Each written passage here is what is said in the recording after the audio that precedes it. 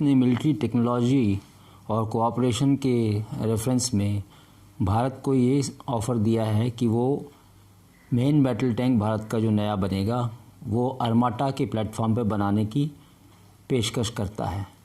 रूस ने ये पेशकश इसलिए की कि अरमाटा टैंक जो उनके पास है, जो कि रशिया का भी मेन बैटल टैंक है, 2015 में इसको इनकी परेड में दिखाया गया था, पहली बार लोगों ने उसको देखा था।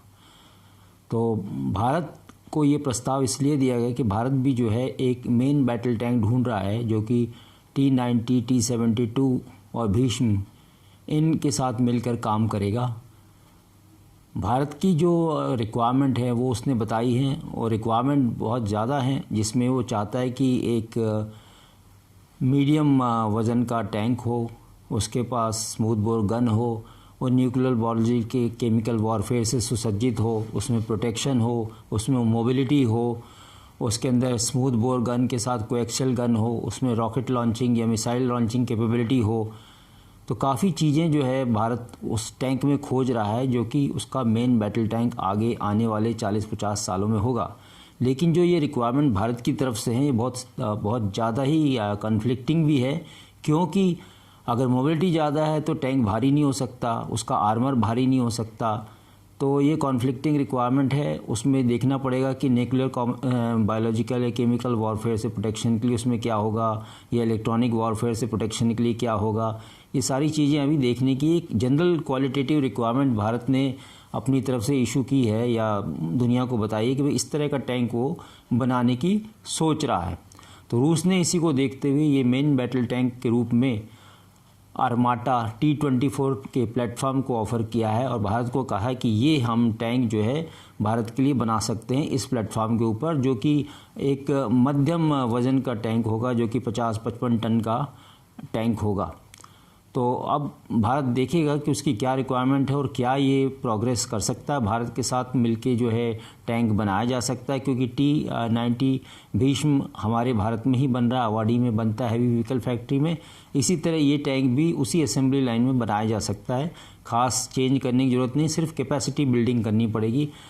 अगर ये टैंक बनाना भी भारत जॉइंट वेंचर के रूप में, मेक इन इंडिया के रूप में शुरू करता है। तो जहाँ तक कैपेबिलिटी का सवाल है, भारत के टैंक जो इस समय भारत के पास है वो हैवी हैं, वो 50-55 टन से ऊपर के वेट वाले हैं। मोबिलिटी तो है लेकिन वेट भी ज़्यादा है। तो हमें चाहिए ऐसा टैंक जो कि लाइट वेट हो या मीडियम वेट हो, जो कि हर एक क्षेत्र में जो है उतारा जा सके। खासकर अभी हम देख रहे हैं कि LAC के पास जो एरिया है, गलवान घाटी और उसके आसपास, जहाँ पे समतल या प्लेन ग्राउंड्स है, जहाँ पे मैन्यूवरेबिलिटी अच्छी है, जहाँ टैंक बैटल हो सकता है, वहाँ पे हमें मीडियम वेट के टैंक चाहिए जो कि 50-55 टन के टैंक्स हो। तो भारत की रिक्वायरमेंट ज़्यादातर लाइट वेट टैंक्स की है। तो भारत देख तो रहा है इसी T-14 जो अरमाटा है उस प्लेटफॉर्म को, लेकिन क्या रिक्वायरमेंट भारत उसको देगा वो अभी देखना है, क्योंकि भारत ने जो क्वालिटेटिव रिक्वायरमेंट दिखाई हैं उससे तो इतना सारी फीचर्स लाना किसी एक टैंक में बहुत ही मुश्किल है, क्योंकि टेक्नोलॉजी बदलती रहती है, हर 5 साल में एक टेक्नोलॉजी बदल जाती है और नई टेक्नोलॉजी आ जाती है। तो जहाँ तक भारत की कैपेबिलिटी का सवाल है, T-14 अगर हम लेते हैं या हमारे यहाँ बनता है तो उसमें ये देखना है कि क्या कैपेबिलिटी या फीचर्स अभी T-14 टैंक्स में हैं। आज की डेट में T-14 टैंक्स के अंदर एक स्मूथ बोर गन है 125 mm, उसके अंदर जो है एक कोएक्सियल गन है 7.62 या 12.7 मैग गन है उनकी, वो भी है। उसके बाद में उसमें एक मिसाइल कैपेबिलिटी है, रॉकेट लॉन्चर लगाया जा सकता है जो कि रॉकेट लॉन्चिंग कर सकता है, anti tank guided missile launch कर सकता है।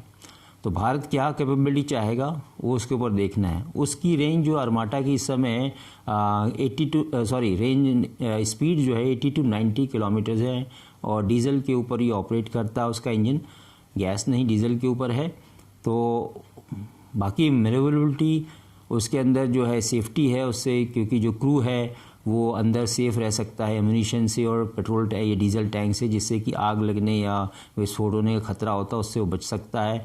ये कम्प्लीटली रिमोटली ऑपरेट किया जा सकता है टैंक, ऐसा कहा जाता है। अभी इसके बारे में पूरा डिटेल नहीं है, लेकिन वो कहते हैं कि इसको रिमोटली भी हम ऑपरेट कर सकते हैं, कम्प्लीटली इसको वॉर जोन में छोड़कर इसको कंट्रोल किया जा सकता है। तो भारत की जो रिक्वायरमेंट है, अगर इस तरह का टैंक भारत को मिलता है तो भारत भी देख रहा है कि उसको स्मूथ बोर गन चाहिए, 125 mm कम से कम, या हो सकता है 130 mm की गन ढूंढे। कोई एक्सल गन चाहिए 7.62 या उसके ऊपर की कैलिबर की। उसके ऊपर कोई हो सकता है मिसाइल लॉन्चर रहे, anti tank guided missile launcher भी हो सकता है, या कोई इसके ऊपर एक एंटी एयरक्राफ्ट को एक्सल गन भी फिट की जा सकती है, जबकि 7.62 ऑलरेडी एंटी एयरक्राफ्ट रोल में काम करती है। लेकिन ये देखना होगा कि कितनी कैपेबिलिटी भारत देख रहा है और क्या ये टैंक जो है उसकी पूर्ति कर पाएगा। क्योंकि अगर सिर्फ प्लेटफार्म को देखें तो उसमें इंजन और चेसी आती है जिसको भारत इस्तेमाल कर सकता है और अपने हिसाब से वो टैंक को डिज़ाइन कर सकता है। टेक्नोलॉजी ट्रांसफ़र रशिया करेगा भारत के साथ मिलके। जिस तरह अवाडी टैंक बन रहा है T-92 में अवाडी में बन रहा है, उसी तरह से इस टैंक को भी बनाया जाएगा। तो कैपेबिलिटी तो भारत की बढ़ जाएगी, खासकर उन इलाकों में, हाई एल्टीट्यूड के इलाकों में, लद्दाख में, पाकिस्तान के खिलाफ लाइन ऑफ कंट्रोल के अपोजिट। तो बहुत तगड़ी कैपेबिलिटी बनेगी। लेकिन अब समय ही बताएगा, क्योंकि इसका प्रोडक्शन रशिया भी जो है बाज़ार के लिए उतारेगा इसको। अगले साल 2022 में उसके प्रोडक्शन हो जाएंगे, उसके पास आर्माटा टैंक की अवेलेबिलिटी होगी उस मार्केट में। अगर भारत चाहेगा तो ऑफ द शेल्फ भी खरीद सकता है और बाद में टेक्नोलॉजी ट्रांसफ़र के थ्रू भारत में ही बना सकता है। तो कैपेबिलिटी तो बढ़ेगी भारत के निश्चित, लेकिन भारत को सोचना होगा कि क्या उसको रिक्वायरमेंट है, क्या फीचर्स उसको चाहिए। लेकिन जहाँ तक मैं समझता हूँ, मेरी राय है कि उसको एक मीडियम वेट का टैंक चाहिए 50-55 टन का, with smooth bore gun, anti aircraft role में या एंटी पर्सनल रोल में एक मशीन गन, और हैवी फायरिंग कैपेबिलिटी, मैन्यूवरेबिलिटी जिसकी स्पीड जो है कम से कम 80-90 किलोमीटर पर आवर हो, क्योंकि लाइट टैंक होगा और वो मनूवर कर पाएगा। न्यूक्लियर, बायोलॉजिकल, केमिकल वॉरफेयर से वो प्रोटेक्टेड हो। जहाँ तक रिमोट कंट्रोल की बात है, हमें ऐसा कोई टैंक अभी मेरे ख्याल से सुनाई नहीं देता है कि जो फुली रिमोट कंट्रोल्ड या वॉर जोन में काम करेगा या इंटीग्रेशन करेगा बाकी मैकेनाइज्ड फोर्सेस के साथ। तो ये तो समय ही बताएगा कि भारत की क्या रिक्वायरमेंट, भारत क्या लेगा और रशिया उसको क्या देने वाला है। लेकिन निश्चित तौर पर इस तरह का टैंक भारत के पास आता है तो भारत की सेना की कैपेबिलिटी बढ़ेगी और कम से कम अगले 3 या 4 दशकों तक ये टैंक भारत की सेना की सेवा में रहेगा। Thank you.